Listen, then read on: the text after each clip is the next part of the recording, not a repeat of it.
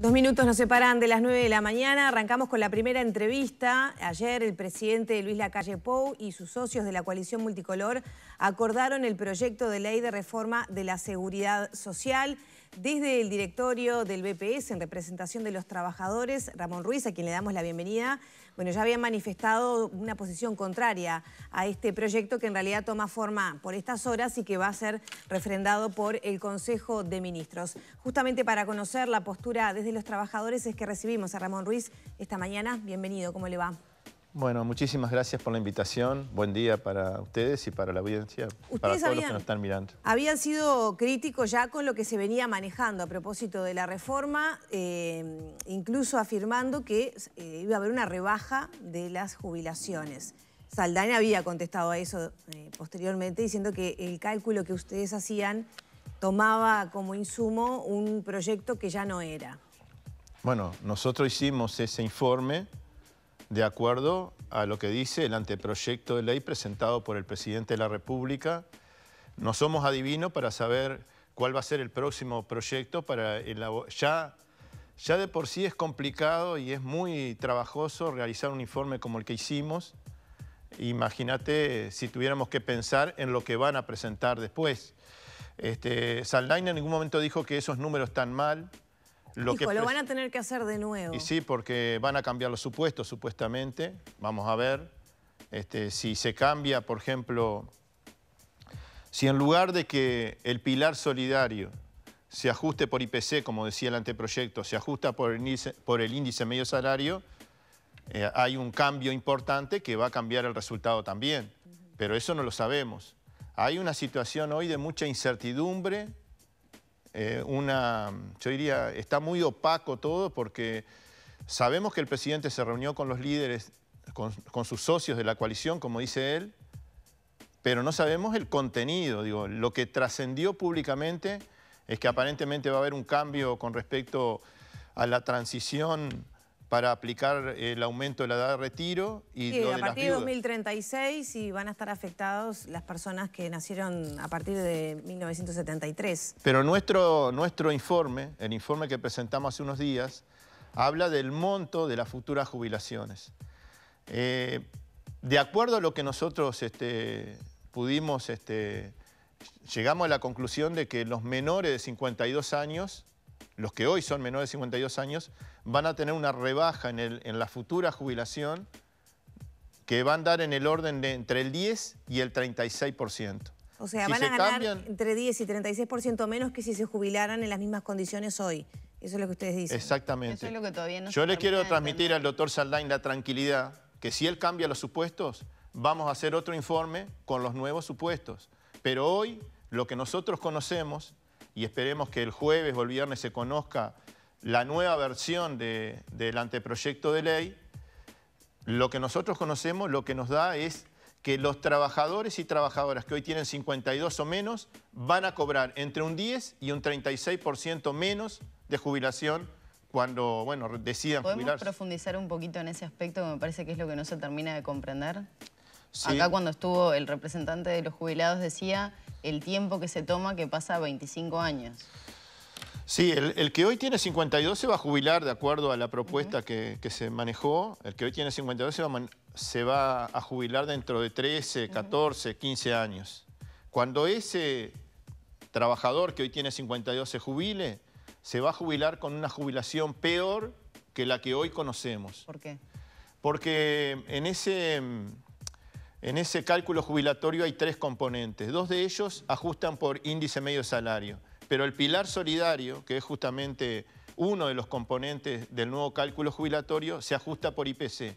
En la medida que transcurre el tiempo, ese componente va pesando menos en el monto de la jubilación. O sea, se va ajustando por un indicador menor al índice medio de salario.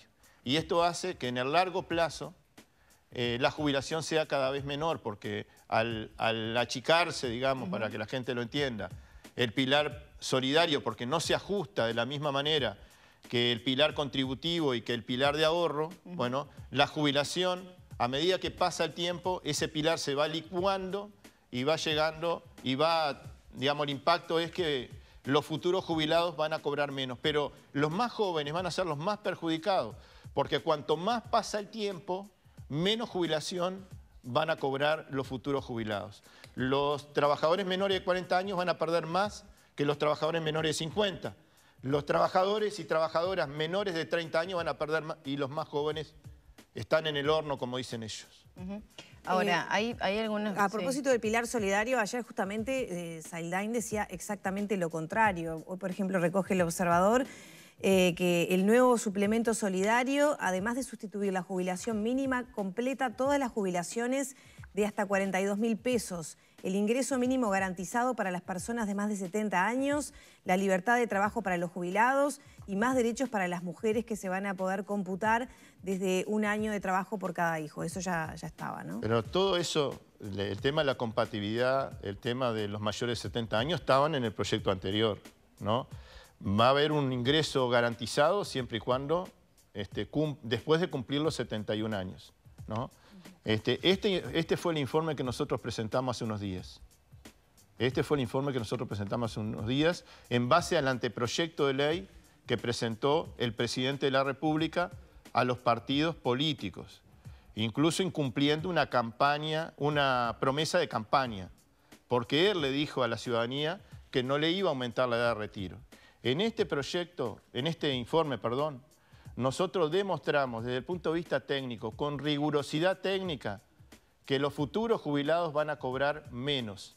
Aquí hay, por ejemplo, ejemplos de que un salario de 18.000 pesos va a tener, cuando se jubile ese trabajador, va a tener un 10% menos. Los que están entre 30 y 35.000 pesos van a estar en el orden del 25% de la pérdida, y los salarios mayores de 50, o sea, los salarios más altos, van a llegar a tener una pérdida de un 36%. Y esto no se hizo con un criterio político, se hizo con rigurosidad técnica. Y nadie nos ha dicho que está mal. Lo que se nos dijo fue, van a tener que hacer los números nuevamente porque vamos a cambiar los supuestos. Y eso es lógico. Anoche escuchaba... Pero si se tiene en cuenta ese aspecto y se modifica que no se ajuste por IPC y sí por índice medio de salario, sería un... Bueno, veremos. Por ustedes. Yo me enteré que ayer se reunieron los líderes de la coalición de gobierno, pero no conozco, lo que más me interesa es conocer el contenido del proyecto formalmente, ¿no? Hoy el país da cuenta, por ejemplo, de la situación de las AFAP, de los aportes personales de cada trabajador, que se dividía entre el BPS y las AFAP 7,5 y 7,5, ahora pasaría de 10 a 5 proporcionalmente. Bueno, ese es un cambio positivo porque se le destina menos recursos a las AFAP y más recursos al régimen solidario. Eso era lo que habían propuesto ustedes. Nosotros lo que habíamos dicho, o sea, conocen la posición histórica nuestra, que hay que eliminar las empresas privadas que lucran con la seguridad social. Hay que eliminarlas. El Estado tiene que administrar los fondos de pensiones profesionalmente y garantizar la buena administración de esos fondos. Porque hoy, cuando tanto se habla de que falta dinero y que hay que buscar la manera de hacer sustentable el sistema de seguridad social, las empresas privadas el año pasado ganaron 12 millones de dólares. Entonces, nos parece que eso perfectamente puede ser administrado profesionalmente por el Estado. Esa es la posición nuestra.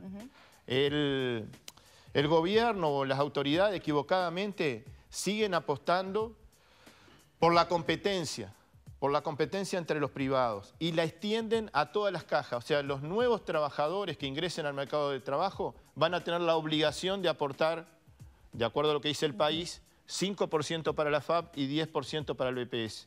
Se termina la opción voluntaria del artículo 8. Para los nuevos trabajadores, en la caja profesional, en la caja notarial, en la caja bancaria, en la militar y en la policial, van a tener la obligación de aportar a las AFAP. ¿Eso no es un aspecto positivo cuando ustedes reclamaban la unificación de las cajas y, bueno, lo que el Estado tiene que invertir, por ejemplo, en el mantenimiento por ejemplo, la caja militar, la llamada caja militar? Sí, pero positivo privatizar más el sistema de seguridad social no es... Bueno, algo no estaba funcionando porque todas las cajas están con problemas, ¿no? Bueno, pero justamente creo que no está claro cuál va a ser el costo de transición que van a tener esas cajas, que van a recibir menos dinero porque una parte va a ir para las AFAP cuando ya hay dificultades en algunas de ellas. O sea, estamos planteando de que la solución no es privatizar el sistema de seguridad social. Ahora, ¿y cuál es la solución? Porque digo, gobierno del Frente Amplio durante 15 años. Esto se detectó, recuerdo y hago mención en varias oportunidades, Ernesto Murro, siendo presidente del BPS, habló de esta situación problemática que tenía el BPS cuando todavía no se hablaba tanto de este tema en particular, sobre todo para el Banco de Previsión Social. ¿Por qué no han surgido opciones a lo largo de todo este tiempo, más allá de eliminar las AFAP? Una reforma real. Bueno, nosotros, los trabajadores, no hablo por el gobierno, yo nunca integré el gobierno del Frente Amplio. No, pero fue director. La representación de los trabajadores. O sea, Ramón Ruiz, representante de los trabajadores, que es el que está en este momento en Arriba Gente, que no formó parte del gobierno, porque representé a los trabajadores durante, bueno, desde que estoy en el BPS y desde que integro el equipo de representación de los trabajadores. Tampoco participé en representación del Frente Amplio. O sea que nosotros lo que decimos es, desde el año 96 hemos sido críticos a este sistema de seguridad social que está vigente y hemos presentado una propuesta alternativa. Los trabajadores tenemos propuestas. Los trabajadores hemos presentado propuestas. Por ejemplo, acá están todos los documentos que presentamos en la comisión de expertos durante todo el proceso. Hicimos un documento para fundamentar nuestro voto en contra y en ese documento establecemos cuál es nuestra posición sobre el futuro de la seguridad social. Hicimos otro documento para fundamentar en contra de las recomendaciones y ahí dijimos cuál es nuestra posición sobre el futuro de la seguridad social. Los trabajadores tenemos propuestas. La propuesta nuestra es que la seguridad social se tiene que reformar con diálogo. No se puede reformar sin diálogo. El gobierno, de todas maneras, hace alusión a una urgencia, ¿no? Que en determinada cantidad de años el sistema estaría desfinanciado. Y parece haber acuerdo entre todas las partes que el sistema efectivamente necesita una reforma. Yo estoy de acuerdo que es necesaria una reforma. No esta. Pero no esta. Otra reforma de la seguridad social es posible. Esta reforma es injusta. Es una reforma que se hizo sin diálogo. Es una reforma que no es integral, es solamente jubilatoria. Nos estamos perdiendo la oportunidad de dar una discusión, por ejemplo, sobre mejorar la cobertura para las personas con discapacidad, la cobertura de seguridad social. Nos estamos perdiendo la oportunidad de ayudar con medidas, con programas, a través de la seguridad social al sistema de cuidados. Nos estamos perdiendo la oportunidad de establecer programas que ayuden a sacar de la pobreza a los niños, niñas y adolescentes. Hace pocas horas, hace pocos días, se presentó un informe por parte del INE que dice que la pobreza pasó de aproximadamente un 16 a un 25% en los niños. Entonces, digo, nos parece que nos estamos perdiendo una oportunidad de no discutir una reforma jubilatoria, sino de discutir una reforma integral de la seguridad social. Y además, tanto que se habla del financiamiento de la seguridad social, en este proyecto que se presentó, y esperemos que se introduzca en el próximo algo, no hay ninguna medida que mejore el financiamiento de la seguridad social. El costo de esta reforma lo van a pagar los trabajadores retirándose más tarde y cobrando menos jubilación. ¿Cuál sería la propuesta desde el sector de los trabajadores en el BPS para financiar la caja jubilatoria? Varias. Primero, tenemos que profundizar los controles y la fiscalización para que el 20% de la población económicamente activa que hoy trabaja pero no aporta a la seguridad social, empiece a aportar a la seguridad social. Ahí se mejorarían las fuentes de financiamiento. Por otro lado, hay 233 millones de dólares de exoneración en aporte patronal. A nosotros nos parece que esas empresas que no aportan nada para la seguridad social podrían aportar algo. Hay sectores empresariales que aportan muy poco para la seguridad social. Por ejemplo, el sector rural. Mientras industria y comercio aporta 7,5, el sector rural aporta un 1,92 en relación a la masa salarial. Ahí me parece que, no estoy hablando del productor familiar, ¿no? Estoy hablando del agroexportador. Me parece que podría aumentar un poco más para la seguridad social. Y la mayoría de las empresas aportan el 7,5, la mitad de lo que aporta un trabajador. Creo que ahí también se podrían hacer algunas cosas para mejorar el financiamiento de la seguridad social.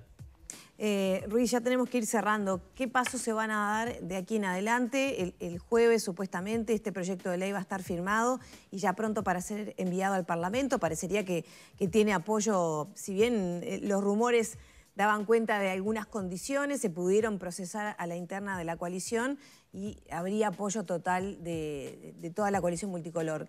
¿Qué margen de acción va a tener las posiciones contrarias a este proyecto? Bueno, vamos a hacer lo que hicimos cuando el presidente de la República le presentó a los partidos políticos el anteproyecto de ley.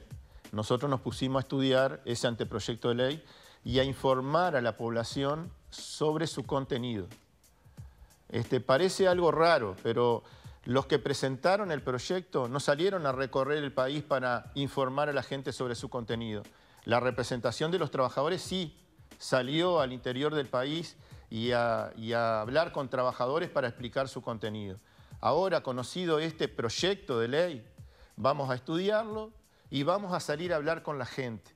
Tenemos pensado visitar todas las juntas departamentales del país para que los ediles, los que forman parte de la coalición de gobierno, porque integran esos partidos, y los que no forman parte de esa coalición de gobierno, bueno, opinen, a ver qué piensan ellos y qué opinan y qué sensación tienen, porque hablan con la gente, están muy cerca de la gente, sobre el impacto que va a tener esta reforma. Vamos a recorrer el país y vamos a informar, algo que todavía no se hizo porque solamente 1 de cada 10 uruguayos está informado sobre esta reforma. ¿Y eso podría tener una incidencia en el Parlamento como para que no prospere este proyecto de ley? Bueno, nosotros vamos a hablar también vamos a hablar con las bancadas para ver qué piensan, no solamente los líderes de la coalición, sino los diferentes representantes nacionales que forman parte, repito, no solamente de la oposición, sino de la misma coalición de gobierno